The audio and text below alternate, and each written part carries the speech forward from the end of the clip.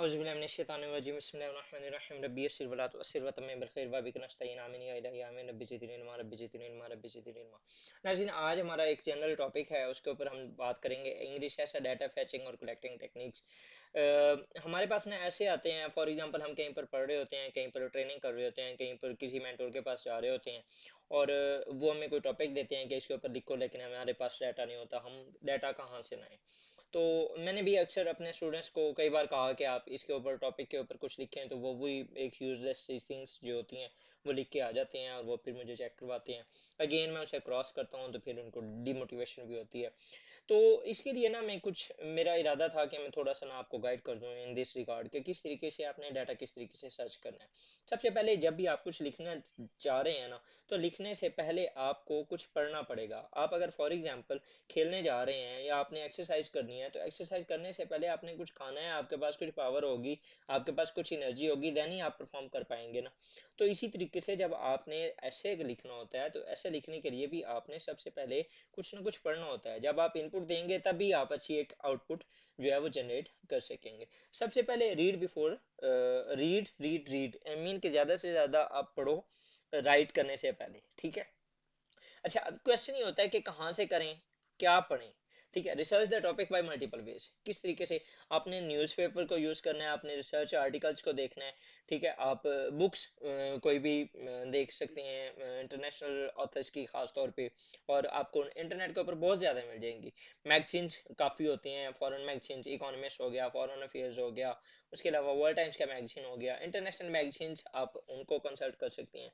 YouTube lectures, webinar, seminars, conferences, multiple किस्म के आपके पास जो हैं वो अवेलेबल हैं चीज़ें।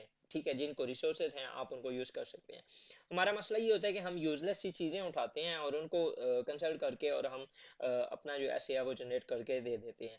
लेकिन उसका मसला ये होता है कि आपके पास जब आर्ग्यूमेंट्स ही नहीं होंगे, तो आपने वहाँ पर एक थाउजेंड्स में जो लोग हैं उनके साथ आपने compete करना है। How you will accept your essay from those particulars जो कि एक लम से या किसी भी अच्छी यूनिवर्सिटी से जो पढ़ के आए हुए होते हैं। तो आपने अपने जो ऐसे है उसको अगर फॉर एग्जांपल उनसे डोमिनेट करना है, आपने अपने ऐसे को ऊपर लेके आना है, तो उसके लिए आपको एक्स्ट्रा हार्ड वर्क करनी पड़ेगी। अब इसका तरीकाकार मैं आपको ये बता देता हूँ कि अगर फॉर एग्जांपल आपके पास एक टॉपिक है, ठीक है, सबसे पहले तो आप उस टॉपिक को ब्रेक करें। ठीक है, उसके बाद फिर आपने ना उसका एक पार्ट, लाइक अगर फॉर एग्जांपल मैं कहता हूँ कि वाटर क्राइसिस इन पाकिस्तान, ये एक हमारे पास एक टॉपिक है। ठीक है, तो उसके Y water crisis in Pakistan, impacts of water crisis in Pakistan and solutions of water crisis in Pakistan.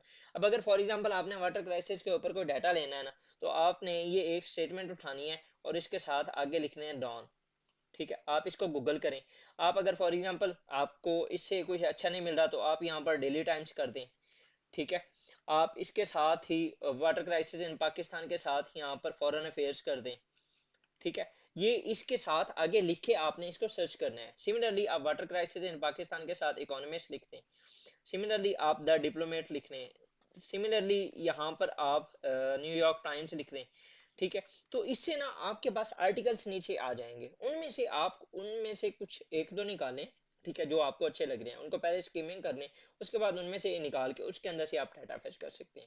आपको इजीली डाटा मिल जाएगा। इसी तरीके से फिर आपने impacts of water crisis in Pakistan आगे डॉन लिख दीजिएगा। फिर impacts of Pakistan water crisis in Pakistan daily times लिखते हैं, इकोनॉमिस्ट लिखते हैं, द डिप्लोमेट लिख लें। मैं ज़्यादातर the diplomat, economist, New York times, foreign affairs या इस तरह के जो होते थे उनको मैं यूज़ करता था। उससे मेरे पास जो आर्ग्यूमेंट्स आते थे वो बड़े स्ट्रॉन्ग किस्म के आते थे, क्योंकि बाहर के जो ऑथर्स होते हैं वो बहुत अच्छा लिखते हैं, उनकी क्रिटिकल थिंकिंग बहुत ज़्यादा है, उनका एजुकेशन सिस्टम बहुत कमाल का है, वो उनके जो थॉट्स हैं ना उनको बहुत ज़्यादा ब्रॉडर करते हैं। फिर आपने उसको अरेंज करना है और उसके बाद फिर आप अपनी जो आर्ग्यूमेंट्स हैं वो उनको अरेंज करके आप अपनी एक आउटलाइन जनरेट कर सकते हैं। तो it was a short video, ताकि मैं आपको ये बता सकूं कि किस तरीके से आपने अपना डाटा जो है वो रिसर्च करना है। Hopefully it will be helpful for you. Thank you, अल्लाह हाफिज़।